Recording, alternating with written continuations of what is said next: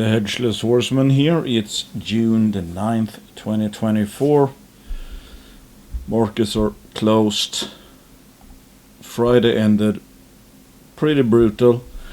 But I didn't see that many. I mean, at the peak of the bear market, let's say, if we had a metals day like this, you could see stuff down like 10 to 20%. I'm pretty sure, especially given how much silver went down. But I mean, I didn't look at every single junior. But again, it feels like, or the main reason it feels like, yes, the bottom was in, and we have been in a bull since. How long was it? Maybe just before PDAC or something. So a few months now, I would say. And simply the reasoning I have is that, I mean, we don't see people that quick to sell anymore. I mean, obviously gold and silver are already at very high levels. That's why I keep saying about gold especially. It's like, I don't care if gold goes down from 2450. Some of these juniors, they're probably cheap even if gold was at $1,800. So I don't even care. Anything above $1,800 in gold is kind of gravy, I think. Not for every single junior, but for a lot of juniors. And a lot of the better projects will make money at $1,800 gold. But they're trading like they're almost worthless, and that's at $2,300 gold. But it does feel like, again, I think we kind of ran out of dumb money, so to speak. I mean that when I mean the bottom is in when the person that's okay with selling his shares of whatever junior for the cheapest price possible, when he has sold his shares at that price, there's no one else left to sell really. So it just feels different. And of course it's not like, I mean, I don't use that to trade anyway, because it's like I was buying all the way down in the bear market. You could buy a stock one day and the next day it's down 10-20% and stuff like that. I don't market time, I don't trade. This is just an observation, because frankly I don't care if it's, I mean, when we know for sure we've been in a bull market, everything will already be up. When we know we have been in a bull market, the opportunities are gone. 1 second, I'm going to close the window. So it makes no sense to me. First of all, I'm a value investor, and second of all, it's like, again, if you wait for everyone to agree that it's a bull market, you already missed the opportunity. If you buy when everyone is on board, and by far the consensus is that it's a bear market, that's actually when you should buy. Because if everybody believes we're in a bear market, that means that a lot of people are just selling for because they fear that the next day is going to be down as well. Which are the worst reasons. It's the same thing as, I'm going to buy whatever, Dogecoin at $36 billion because I think it's simply going to go up. Yeah, it might go up. But when gravity hits, it's going to go way down. In the junior mining space, it's been the polar opposite. The beach ball is so far under the water that, and I've been saying this for a long time, it's like, that's, in my opinion, beyond greedy to be selling at, let's say, the lowest level since 2001, simply because, I think the prices are going to get cheaper tomorrow. If you're wrong, you sold the best buying opportunity in 2 decades. If you're right, yeah, you might get it a bit cheaper. But you still sold the best buying opportunity in decades. So that's just super greedy, but that's what we're always going to see. I mean, only the people that have hopefully been buying for, I mean, maybe like me, like I buy as much as I can as soon as I have money. If it's cheaper, I'm just going to make even more money in the future. Before it bottoms, I'm going to be down on most of my buys and all that. But whenever this bull market tops, might be years from now, when the next bear market hits, it's going to be the exact same thing. Humans are never going to change, and that's the one main reason why you can make money in this sector forever if you have a long time horizon. Because this sector is always going to crash and it's always going to rally, and that's what Pierre Lassonde tells us. That's why he says, the only reason he says it's the gold sector in particular is the easiest sector in the world is because it always crashes and always rallies. But at every single crash bottom or multi-year bear low, whatever, everybody's convinced that this is going to go on forever, and you can never sell too late, kind of. And if you sell and it goes down for next 2 months, you're probably going to pat yourself on the back because you were so smart or whatever. And someone is going to do that at the exact bottom as well. They're going to be selling because they think again that it's going to continue to go down, and then it doesn't go down. And they gave away maybe, depending on the stock and all that, but maybe they gave away 500% within 2 years because they thought it could go low. That's just how it always going to be. And you see this on Twitter right now. There's a big battle between accounts who's been right in the short term, who's been because silver has been zigzagging, whatever. It's like, who cares? Again, that's just me, but I don't really use. I look at TA in stuff I own, and I look at TA at stuff I don't own as well. That's mostly to keep myself interested. It's like something to do at least while you wait. But my point is that someone pointed out in YouTube, or on a YouTube video I did recently, is that the simplest and best plan, in my opinion, is probably to just buy companies that look cheap, but primarily the less you know, the better the management team has to be, and the more skin in the game you would really want to see, and then just hold that. Because if you think about it, everybody on Twitter is convinced that trading is the key to everything, basically.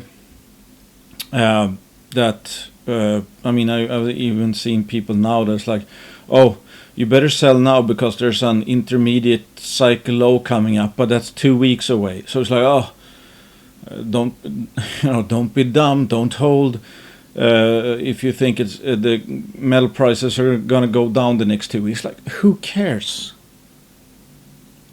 Look at the Lundins. They have some of the most abnormal track record there is. How often do they trade? No. They buy, and then they might buy more a year later or 2 years later, depending on the stock, depending if they're raising money. So they only do a few buys ever in any single one of their stocks. The only thing they do after that is nothing. Take NGX, take Philo. They were obviously founders of the company, so they had a position from the get-go, and they might have, they probably participated in a few private placements over the last few or several years. They're up a crap ton. One hit, if you had a 2 to 5% position in either of those companies 4 years ago, whatever, any one of those stocks would have paid for, pretty much your entire portfolio. That's how obscene it is. Give the best, bet on people, bet on stocks that can go up a lot with good people, and give that time. That's going to beat pretty much every trader. Because there's no way to, how do you capture management alpha? And I've said this a bunch of times before. Why would one trade management alpha, let's say? the only thing that sets a bad management team, or let's say the performance or value creation of a bad management team versus a good, is the time you give them. Right? I mean, again, if you give a crap team one day to go to work and a good team one day to go to work, they might have done almost nothing. So you don't see any change. Give them 5 years, and one of the companies will probably be bankrupt or diluted by 90%. And the company with a good management team might have created 500% of value. How do you capture that? Well, if you know a team is expected to create value, they can create more value in 2 years than 1. They can create more value in 3 years than 2, more in 4 years than 3, yada yada. So from the point you bought, your returns on that stock, on average, in theory, should correlate with the amount of time you didn't sell that stock. Because if I bought and held that stock for 2 years, I should have made more money than someone who bought it a year ago and only held for 1 year. Because more stuff happens in 2 years than 1 year. And the price and value of the company, keeps on climbing. That is obviously a hard sell. How do you sell really? I mean, you can kind of, I guess, sell newsletters on that, but it's like, I mean, it's relatively hard to like, let's say, hey, here, I make a portfolio. I have a, let's say, subscription-based newsletter. I have a portfolio. I pick 10 companies or 20 companies, and it's only like Lundin companies, Ross Beaties, and what have you. And the case for all is like the simplest case, the most low risk case is, hey, I'm gonna, like the hodl folios or the gambler folio, I'm gonna hold this in for these stocks for 5 years. How much can I be updating really? I mean, obviously there's going to be a lot of news releases, so there are going to be, I mean, if you're somewhat active after news, let's say, or yes, something happens, you can reshuffle. I mean, there's stuff to do, but still, if you want to make it like almost foolproof, meaning that you can't even buy high or sell low, which, I mean, the only way to not do that is to not trade. So in that case, if you held it for 5 years, I mean, how would I have a subscription-based platform or newsletter in that case? I mean, to every month I say, keep holding. Next issue, keep holding. Next issue, keep holding. In reality, of course, there can be news stories popping up. Stuff could have happened with the companies that made themselves and all that, or some an even bigger buy, yada yada. That's true, but if we just go down to the basics, how can I make money with the least amount of effort, least amount of trading, and least probability of making a mistake? Because the more we trade means we're probably on average making mistakes. So the more we trade, the more mistakes we do. I hope some of this makes sense, but of course that's a tough sell to anybody, because we inherently believe that if our portfolio is down in any given time frame, we want to do something. It's like if you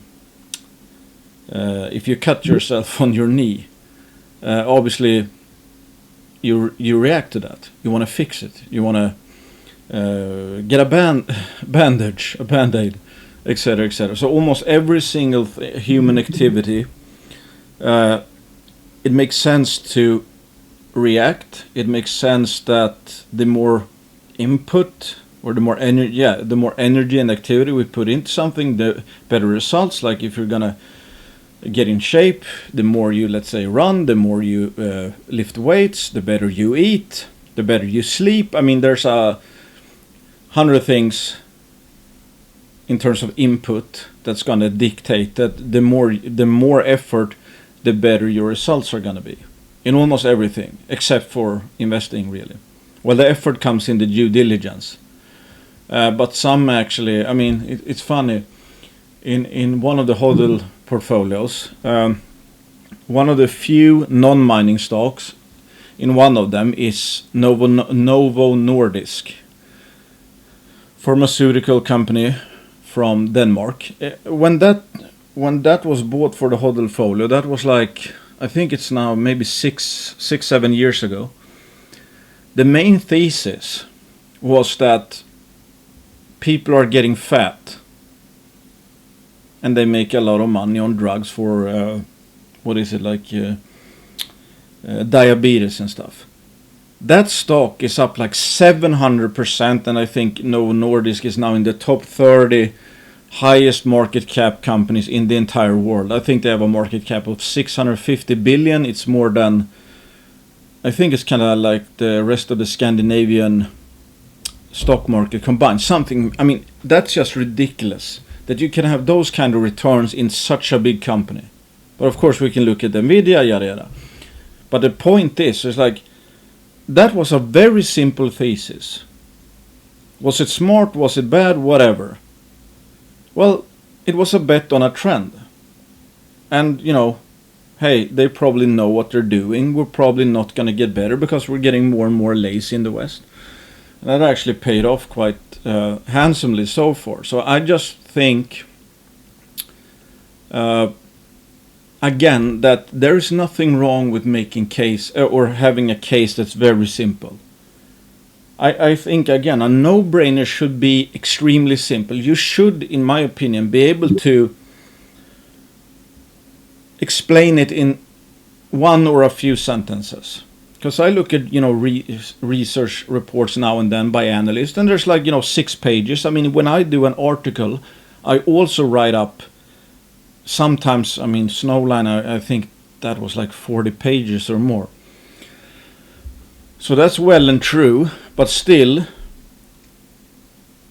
it was the, you know, too long, didn't read it. It was the, you know, my case in short, let's say, because that's where everything boils down. So if that makes sense, yes, it might be based on a bunch of different stuff, but it's like it doesn't necessarily need to be, in my opinion. Because I've said this before, I don't think a no-brainer should not need precision.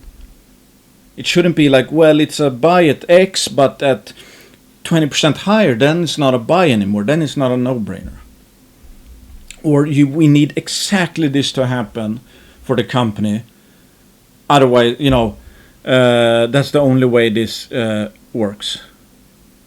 No, I want to have a whole range of possibilities. I want fat blue sky. I want them to, you know, preferably be able to miss blue sky by like 60%, and still it would be a company maker, if you know what I mean. Because it's an asymmetrical business, investing. Anyway, I ranted longer than I thought, but okay. So thanks to the sponsors. I thought I would just first talk about. I mean, I've been asked about LIO.V recently. The tricky part for me, why don't, let's say, you know, pound the table too much on LIO.V or talk too much about it, is because they are in the phase where the rubber is hitting the road right now. Because they have just started mechanized mining. If this works, I think we are near a bottom. And I would expect, because there's seems to be, I mean, it appears there's a lot of growth potential. These systems can go very deep. It's an entire caldera to explore. And we know that the 500 zone, for example, is very rich, very high grade, and very thick. So when they're mining that, if they lose money on that, then something very weird has happened. I mean, here, here you can see it's like 43 grams over 30 meters. I mean, that's like, I mean, Foster wheel stuff. Should making great bank with that. And here you can see in production now, 300 tons per day. Expected production 225 or 2025 500 tons per day. Deeper feeder zone exploration development drilling. I mean, and of course there's a bunch of other targets. What's gonna? I mean, in the dictate, what's gonna be important? Obviously, that they are able to get to free cash flowing production. And I mean, the zone 500 is just, I mean, 2025 is not long from now, obviously. I guess what I'm trying to say, I'm not a mining engineer. I cannot appreciate how likely, the startup production is gonna go, or that it's gonna work out. I think it's gonna work out. I think when they show it works out, let's say when they show it works out, obviously we know that they should again be absolutely printing money at zone 500.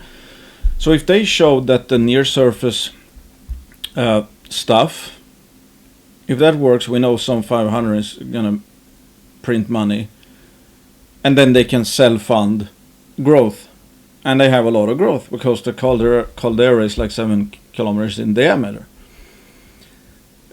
Obviously, still there's a risk that, because it's a startup, and it's a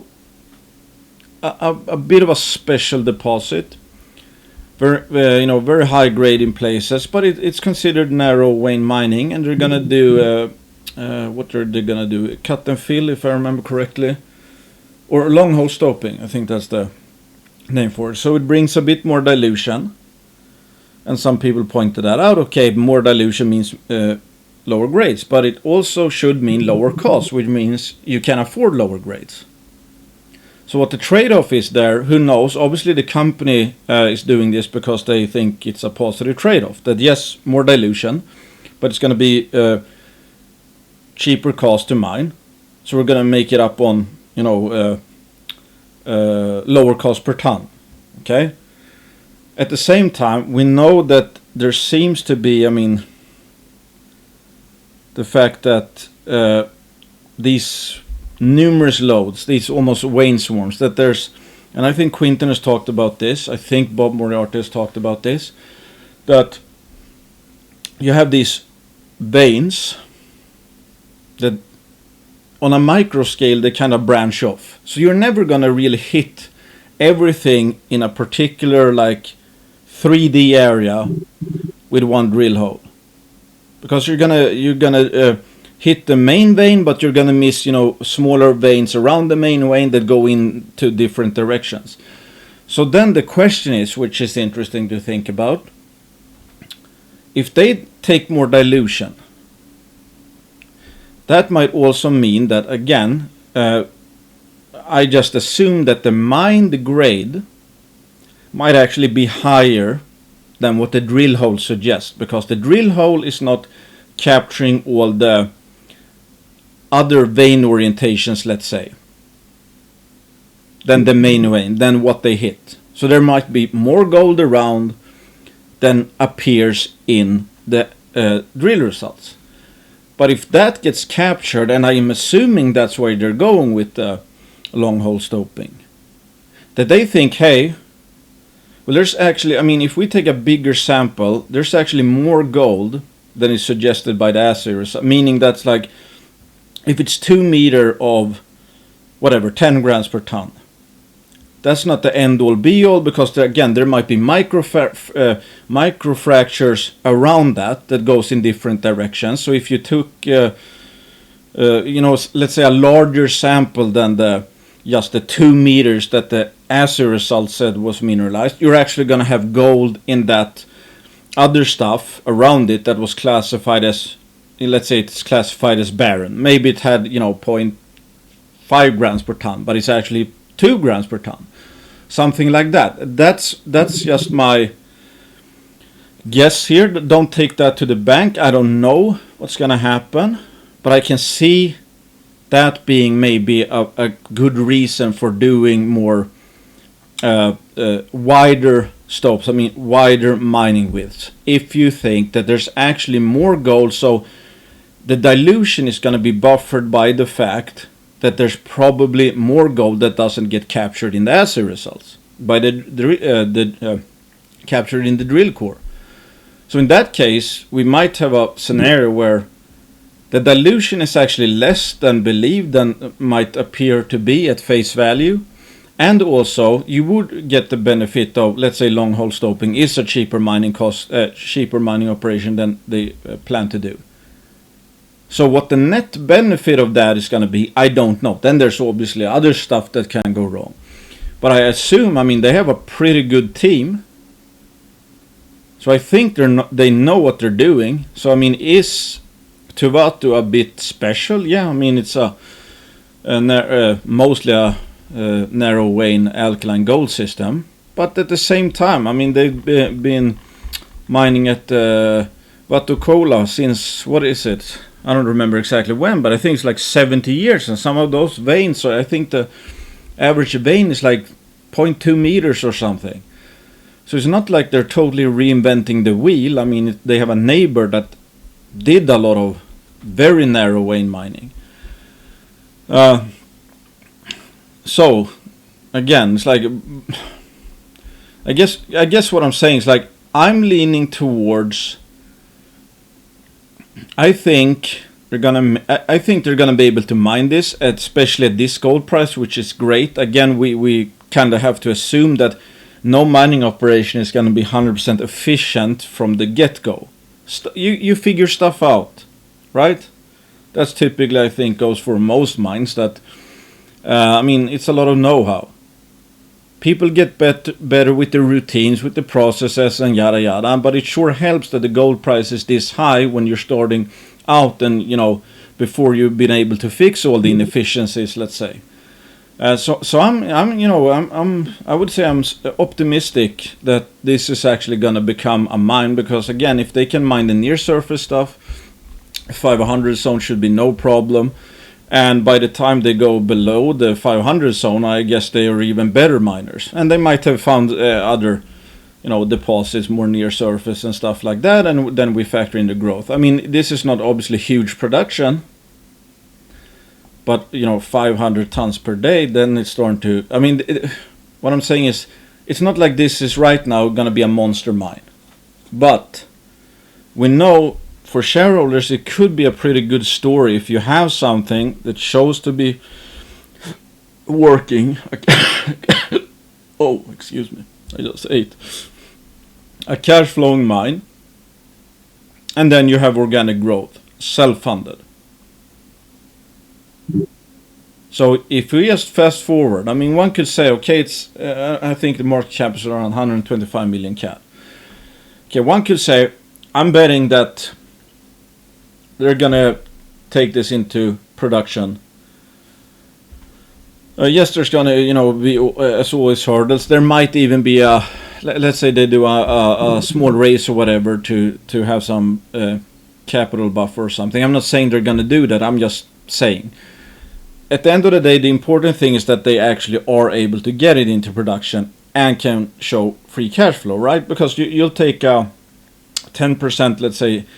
10% dilution any day if that's the difference between not having a mine and or not having a free cash flowing mine or having a free cash flowing mine. Because years from now,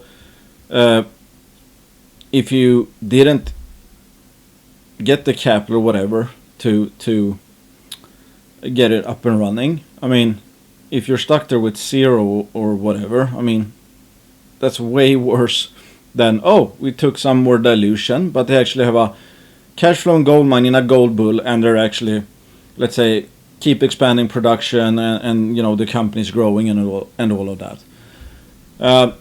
So yeah, I think again, line 1 is a pretty simple case in the sense that we know what we're paying for at 130. Let's say fast forward to 2025, if they do 500 tons per day at the 500 zone, with intervals and grades up to this, there's going to be probably some very fat quarters, and I would think that the market cap is going to be higher than where it is now. And even if you add 10% dilution, if we are fast forward to 2025. Yes, I think the market cap should be probably quite a bit higher than today. So that's, in my opinion, that's the kind of simple bet I see for line one.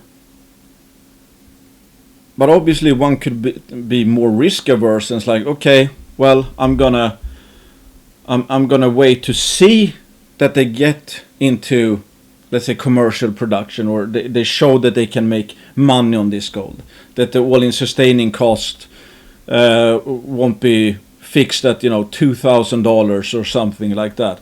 That is understandable as well. Yes, you probably give away some of the upside, but you probably accept lower risk. So whereas other people that took the bet that, hey, well, I think they're gonna make it, let's say in 2 years they're up 300%, whereas the one that waited might be up, let's say, 200% or something. That's the trade-off between risk reward. It makes perfect sense, and it's up to each and every one. Nothing is certain in this space, or in stocks, or investing, or whatever. It's all about risk reward. It's Schrodinger's cat. There's 1,000 or 1,000,000 scenarios that can play out over the next 2 years. They might have made a fat discovery. They might still have problems with the mine. They might have been the 500 zone and throwing off cash hand over fist, and it's a market darling. They do a porphyry discovery. They find some new high grade lodes. We don't know. They might have been acquired. It's like nobody knows. Or gold might have crashed. We only know what we're paying for it, and then we can guesstimate a few scenarios in the future, and it's like, at today's price, is the risk reward worth it? Yada yada yada.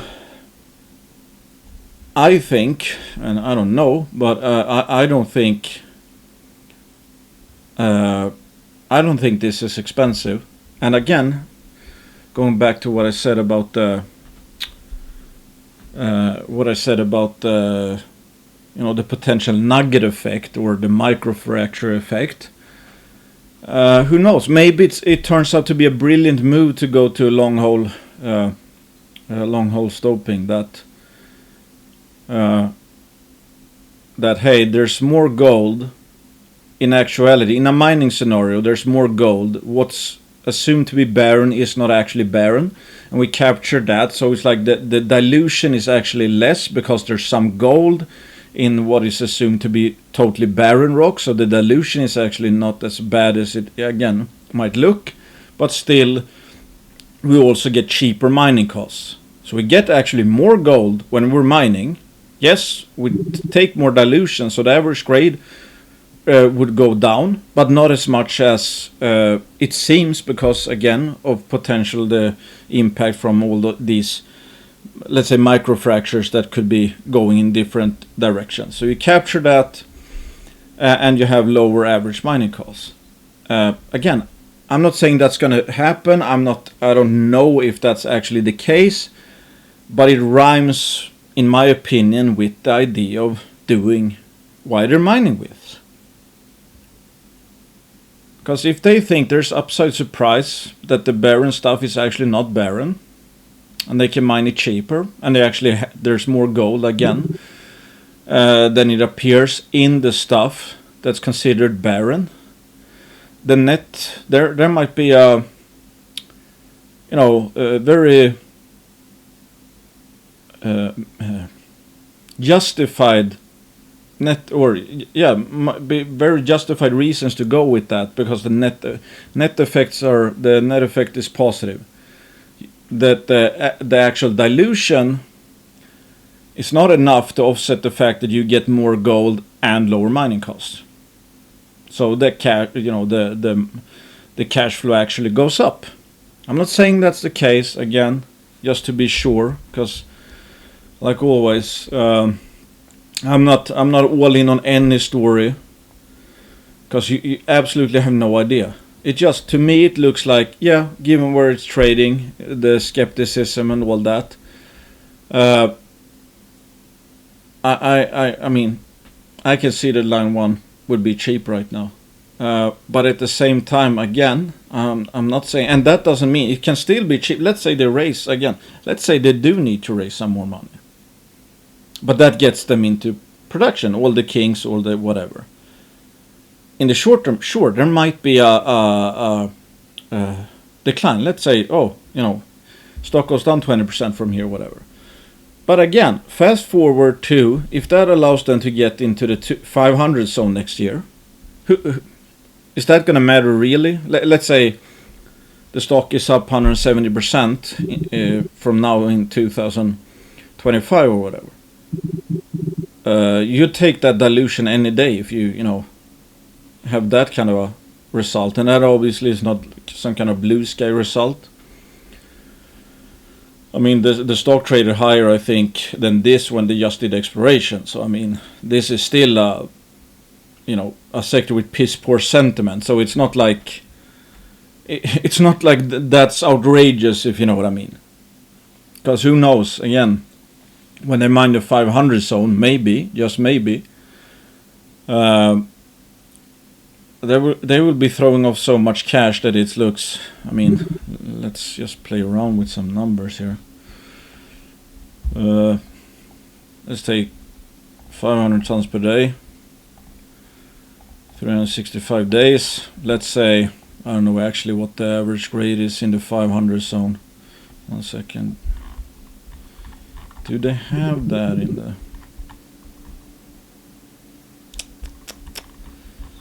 I don't think so. But here you can see, for example, I mean, they have a crap ton of targets. Let's just say... Let's say 15 grams per ton.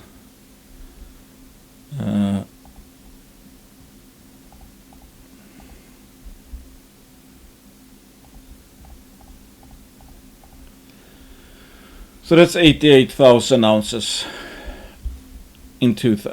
per year if they had 15 grams per ton. Obviously some of these grades are much higher and all that, but who knows? Let's be a bit conservative here at least. Let's say they recover, what is it, like let's say 0.92, I'm not even sure. Well, let's say 81,000 ounces. 81,000 ounces. And what could the margin be on that kind of stuff? I don't know, but let's say it's actually gold is at 2,300. Let's say 800. I mean, instead of the question, Fossil did much better than that. Let's say 800. That's $1,500 margin or thereabouts. Oh Jesus.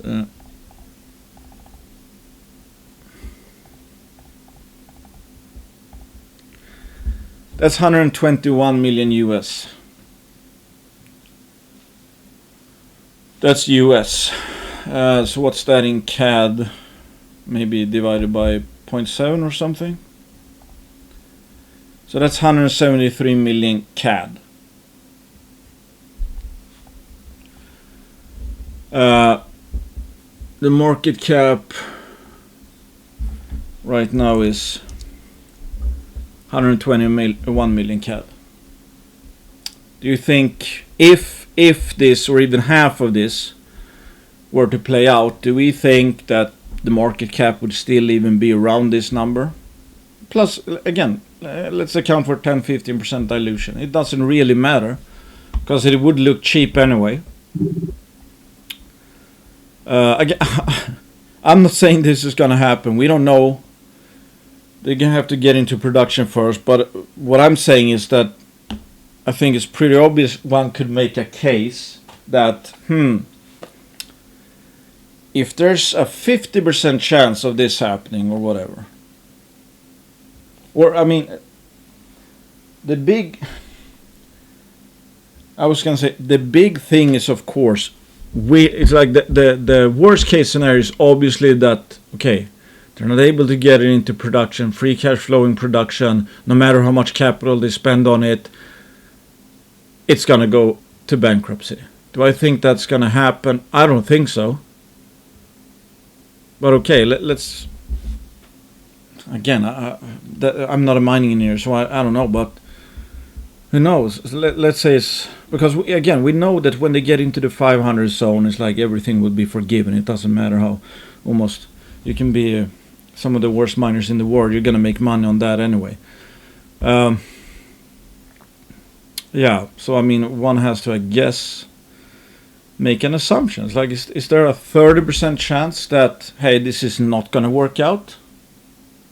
It's like, oh, the downside is 100%, and that might happen 30% of the time. I don't believe that's going to happen.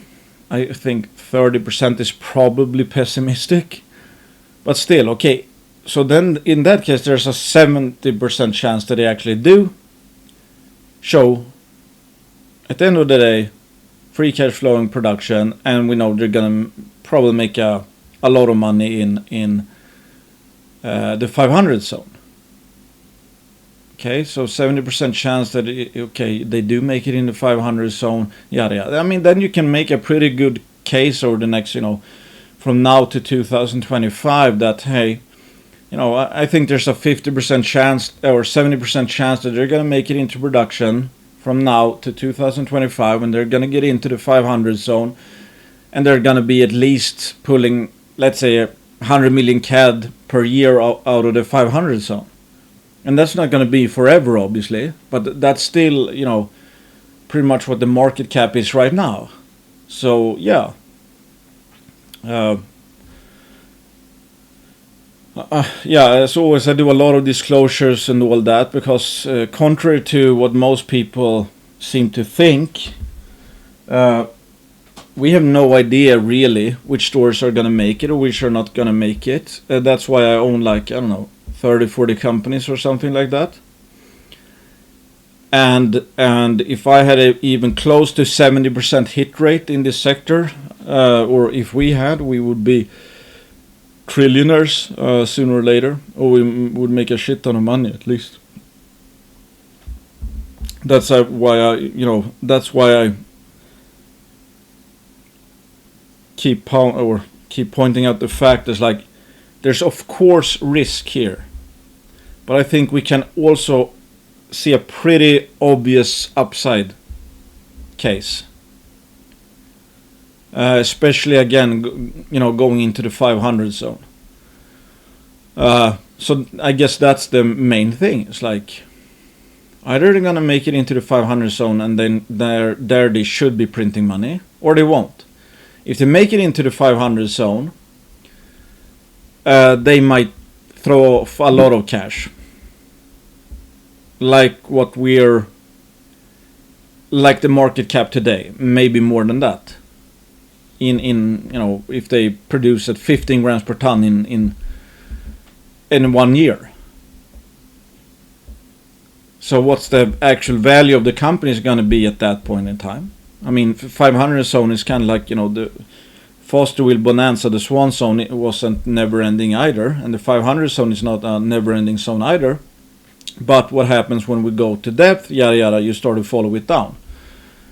So let's say fast forward and they're kind of printing high margin cash, and they have done more exploration and show that hey, the trunk of this just keeps going. I mean, Tuvatu might never be a very large mine, but let's say they can keep up. Let's say it's a 100,000 ounces per year of production with high margins for whatever amount of time. That's still gonna be worth more than this market cap, even if they find nothing else really. So yeah, I mean, again, I hope it makes sense. It's like the hodl portfolios all have, or maybe one doesn't, which has a very little capital. But most of the hodl folios, they have line one, and it's to me it's a kind of a hodl case. I can see the hodl case for at least holding it from now to 2025, because yes, we know what the downside is. It's always fixed at 100%, but we also have a pretty obvious upside scenario or scenarios. And we know where gold is trading right now. And for most of our juniors, which won't have a gold mine in 10 years, what the gold price is today is kind of meaningless, really. because none of those ounces are going to be sold at $2,300 gold. And who knows, gold might be at $15,000 or $500 in 10 years when they actually start producing. But for line 1, it's very relevant what the gold price is right now, because now they began to mine. Yeah, I mean, I hope someone gets something out of that. My point is that I'm not a mining engineer, so I can't say this is absolutely going to work or this is absolutely not going to work or anything like that. I can just see what price Mr. Market is, offering this company for, and then we have to make our own guesstimates. It's like based on what we think is going to happen, and is this price cheap enough that it offsets the chance of failure? Given that while the downside is limited to 100%, the upside is obviously unlimited. And we know it's like, I'm not saying it's not a K92 deposit, but K92 is up to 1.8 billion. And I think I have the chart, I posted it in LIO.V forum. I think somewhere around here was when they started production. And I think even up here, at least the annual production was still around 80,000 ounces. And that's basically what line 1 is doing, or could be doing 2025, which is just a year from now. So is it impossible that they make it work and we have a run like K92? No, I don't think that's impossible. But K92 is a bigger mine. They have more stuff going on. It doesn't look right now in the current form. Tuvalu is not wouldn't be as big of a mine as what K92 is operating or has proven. I actually don't know how much production they do, but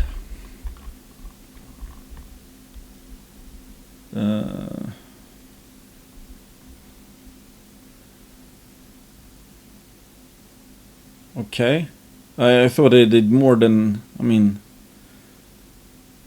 if they do 27, that's a bit over 100,000 ounces per year. If this is the, I thought there were, you would have to look it up, but okay. So the run rate, at least in Q1, that they would do a bit over 100,000 ounces, okay, and they have a 1.8 billion market cap. Even half of that obviously would be a big deal for line 1. So yeah, short summary as always. There are never any guarantees. Wally Burkoff, the largest shareholder and CEO, he obviously really wants this to work, and I can see how it can work because that 500 zone looks very attractive. We're not there yet, but yeah, open at depth and all that. So yeah, I can't give any. I don't have a target price or anything like that. That goes back to, I don't think, let's say, a no-brainer or risk reward. It shouldn't really need accuracy. I could make a case for line 1 that, like I've done, that hey, if they get down in the 500 zone, they should be printing money, and at that point, I think the market cap should probably be a lot higher than it is now. And that's, in my opinion, that's an okay case. Not a case that you bet 50% of your portfolio in or 100% of your portfolio in. But it's like, yeah, do I think this, yeah, I think this belongs in a hodlfolio. Simple as that, or I have it in the hodlfolios at least. But I'm not 100% sure I'm going to make a lot of money on line 1. I'm not 100% sure I'm going to make money on any single unit I own. I think I'll make money on average, and the ones I make money on are going to pay for a lot of other ones. Because if you have like 5 different line 1 type scenarios, you own all 5. For some reason 2 might not work out, 3 might work out. So you have 60% success. But the successes, they go up more than what you lost on the 2. In that case, yes, 60% hit rate, maybe even 40%. Let's say 2 out of 5 worked out. But the 2 didn't work out in the way that, oh, they gave us 100%. No, they might give us 300% over 2 years or whatever. Then they would still pay for the other ones.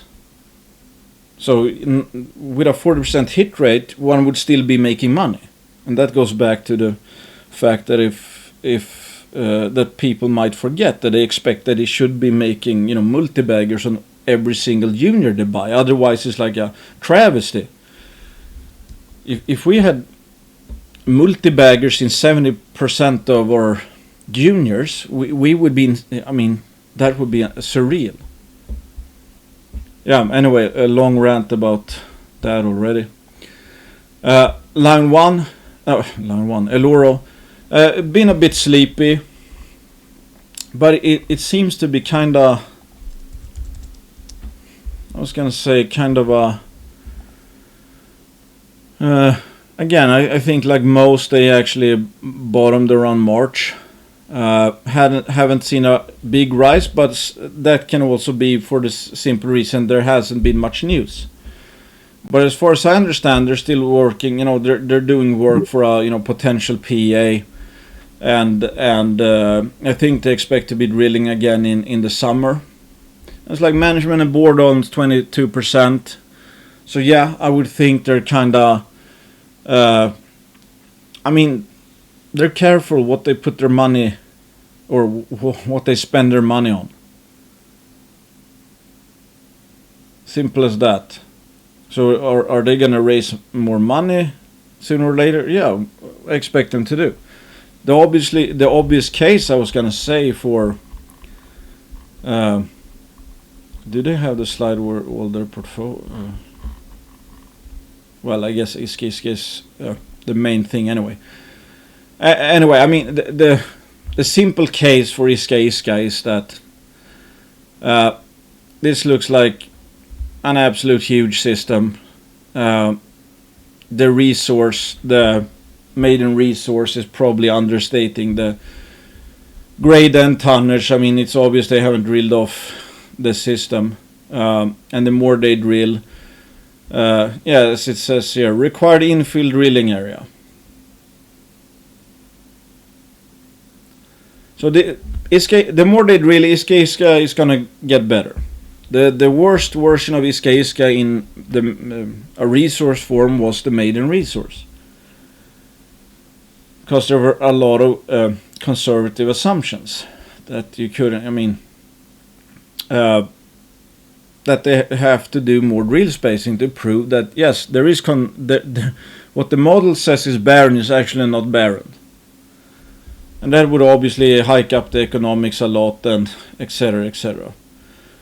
So this is, in my opinion, it's like how to say it. It's kind of a big fat beta on silver, lead, zinc, tin perhaps, and they have more growth to come.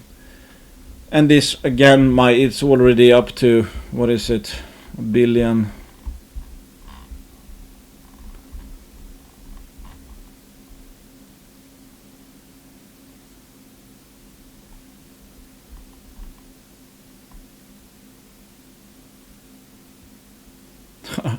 For some reason I thought, okay. Over 500 million tons. And then tin here, 110 million. So it's a very large deposit. And it's gonna get bigger the more they drill. And it's in Bolivia, which is both good and bad. Mining is cheap in Bolivia. Quinton has said as much that especially the higher grade near surface inferred here, for example, 132 million tons, 1.11 zinc, 0.5% lead, 24.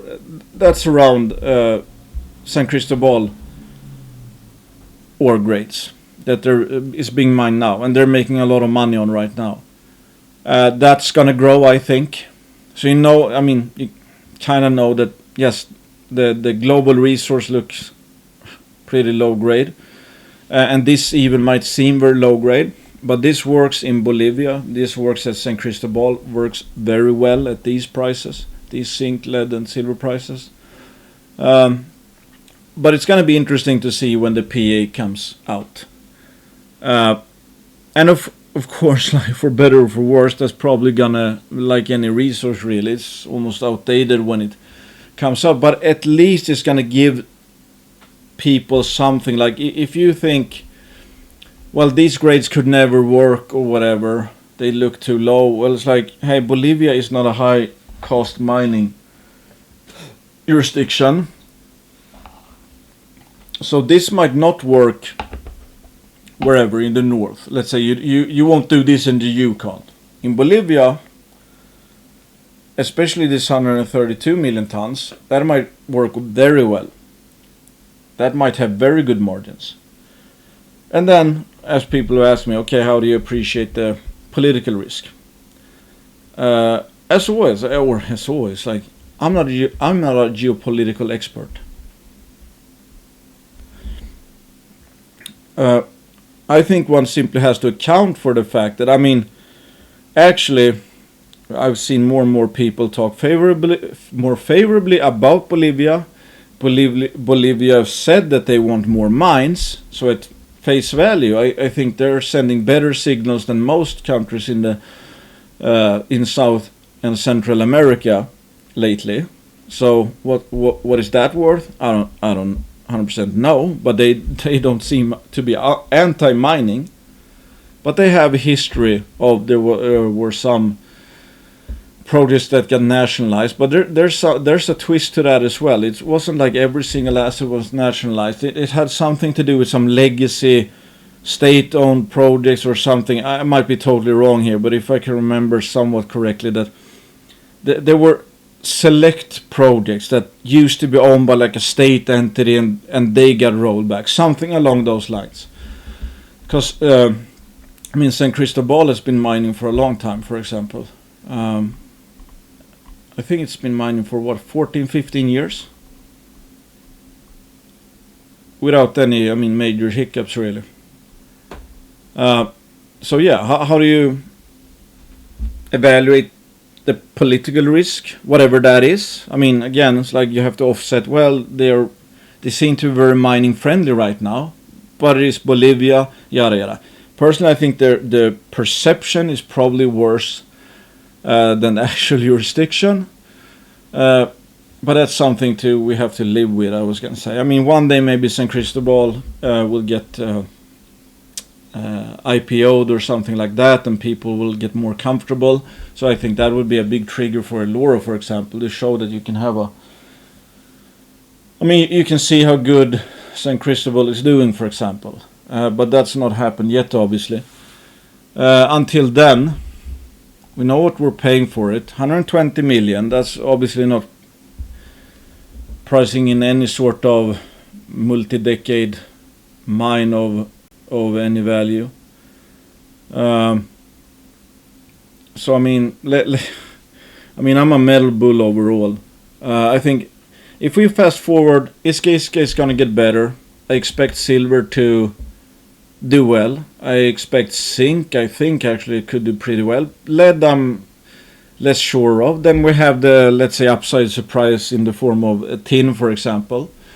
I know there's a bunch of super tin bulls on Twitter. Maybe their predictions actually happen and Eloro can make something out of the tin component, which is nothing to sneeze at. It's like, what was it, 110 million tons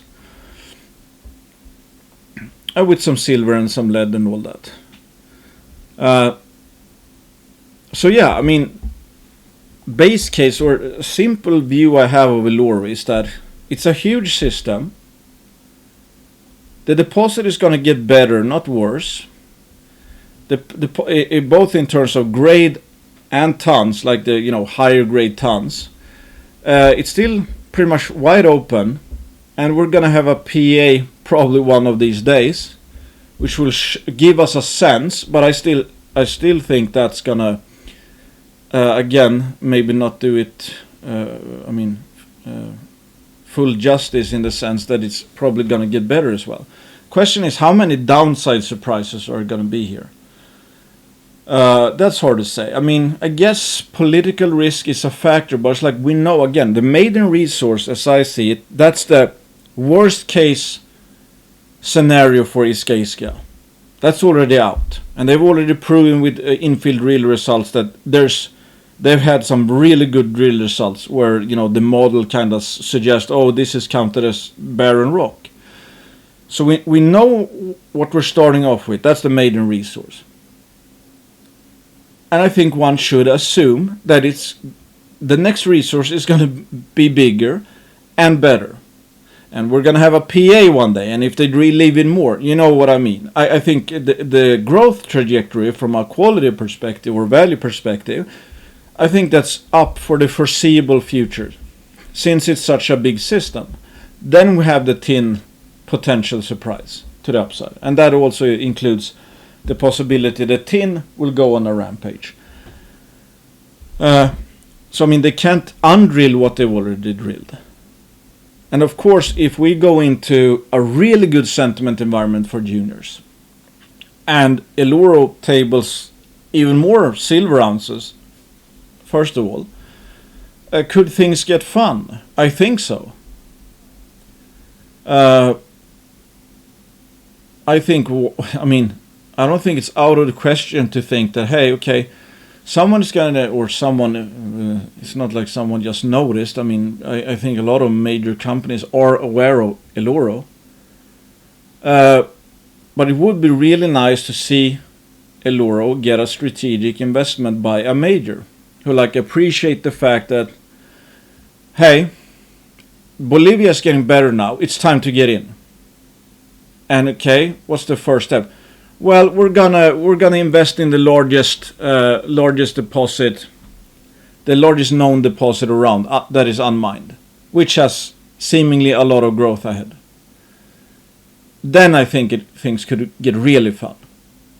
So I mean, if we play around a few different scenarios, I mean, again, we know what the downside is. That's 100%, like I covered in the line 1 case. Upside. They put out a PA.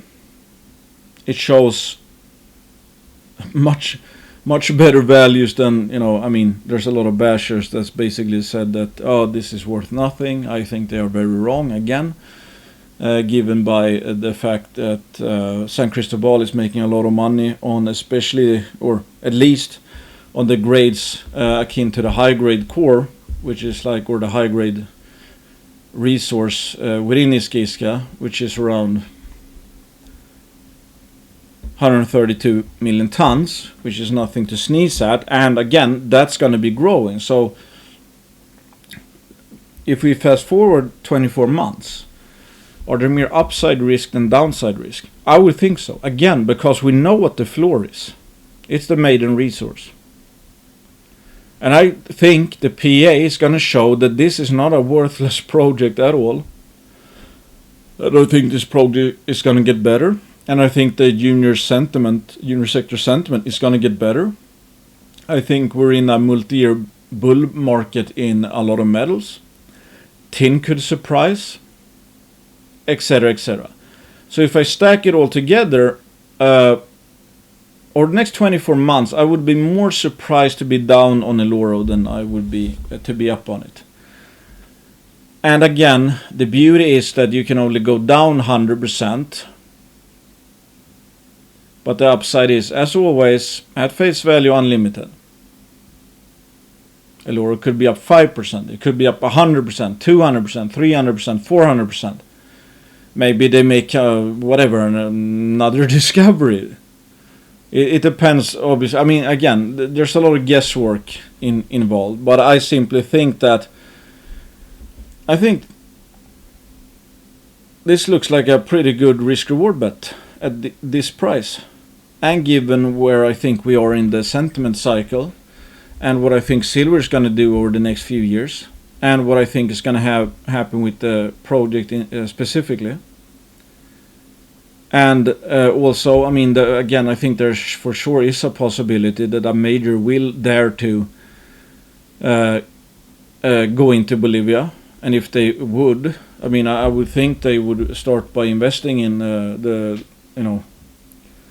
a possibly future billion-ton plus polymetallic deposit with tin potential. That's it. Like always, it's like I have no idea exactly what's going to happen. Nobody has any idea. I just look at the price and then try to guesstimate. Okay, have a longer time horizon, because I have no idea what's going to happen in the next week or next week or next month, or what's going to happen with the share price. I know there could be a lot of news if we look, okay, from today at this price, and then we try to, I don't know, have a range of possibilities for all the news releases that could come out within 24 months, include that where we are in the junior sector sentiment, include that with, a potential silver bull, or I mean, silver is already the highest prices since like 2013 or something. So one could say we're already in a silver bull. Yeah, I see some upside scenarios. But am I going all in on Eloro or 50% in Eloro? No. It's still, I wouldn't say it's a high, I mean, I have a hard time saying high risk, high reward bet. I think it's a lot Bolivia discount. And I think again, which I hope, or what I hope happens, is that the PEA shows that, I mean, I don't expect like superb IRR or stuff like that, but I hope it at least solidifies that this deposit, which is very large, has value, and then it's going to grow as well. Bringing more comfort to the table, let's say. I don't know when, how you can get rid of the Bolivia discount, but at least, I mean, at some point in time, you show that, hey, this is a robust project. At some point in time, I just have to assume that like 120 million or whatever is gonna look too cheap. That's about it. Again, like always, I own like 30-40 juniors, because I have no idea exactly what's going to happen to any one of them. The only thing we can control is the price we pay. Everything else is kind of guesswork. We have to figure out what the risk reward is. What's the odds of making money? How much can we make? What's the risk of something going bad? And at least we know that it's capped to the downside of 100%, and that's the theoretical max. It could also be it stays at minus 50% for 3 years or whatever. And another scenario is that it goes up 300% over 3 years and stuff like that. So absolutely nobody exactly knows. I would just think that I think there's more upside risk than downside risk over the next 24 months in Eloro. That's, I guess, what I'm saying. But I don't have a specific target price or anything like that. Because who knows? A lot can change. Maybe they hit some real slammer holes. Maybe they find another zone. Maybe again they explore more for the tin potential, and I mean there's certainly some stuff to work with. So there's a lot of stuff that can happen. Tin domain invest is very undrilled and will be further tested in the next phase of drilling. Suggests potential for major tin porphyry depth. We don't know if that's too deep or not, but I mean, if you don't hit the bulk of it, there's still historic tin mines that starts at surface, obviously, in the area.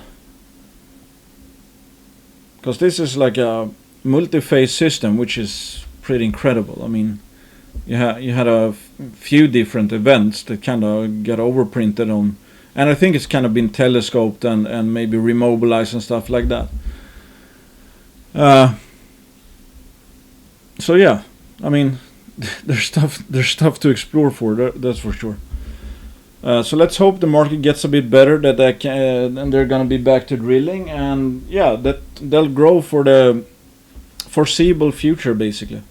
And we will get a PEA that kind of underpins and shows that, hey, even though there's some people on Twitter that says that, hey, this is a worthless deposit, even though again with grades being for the higher grade zones being similar to San Cristobal, which is kind of printing money right now. I think there's I don't think they will I don't think the PA will agree with the ones who say this is a worthless project. And I think it's going to get better. That's it. Not investing advice. I own shares of both companies. I actually don't remember if anyone is a sponsor at this point in time, but I assume they are sponsors. They might get back as sponsors. But yeah, so I've been asked a bit about these. So I just want to give my 2 cents on them. And like always, most of the time I have 30 to 40 companies, and most of them are they're kind of based on, I'm long because I think their value, they're gonna have higher value in the next, let's say, 1 to 3 years, and the current market cap is gonna look cheap. I don't know that's gonna be the case, but that's the plan. So it's like there's not much to do. You simply have to hold it and see what happens. If some of them, if you look right on some of them, you'll make money, and more than you're gonna lose mostly on the ones you don't make money on. Simple as that. Thanks for listening. Again, not investing advice. Do your own due diligence. Thanks.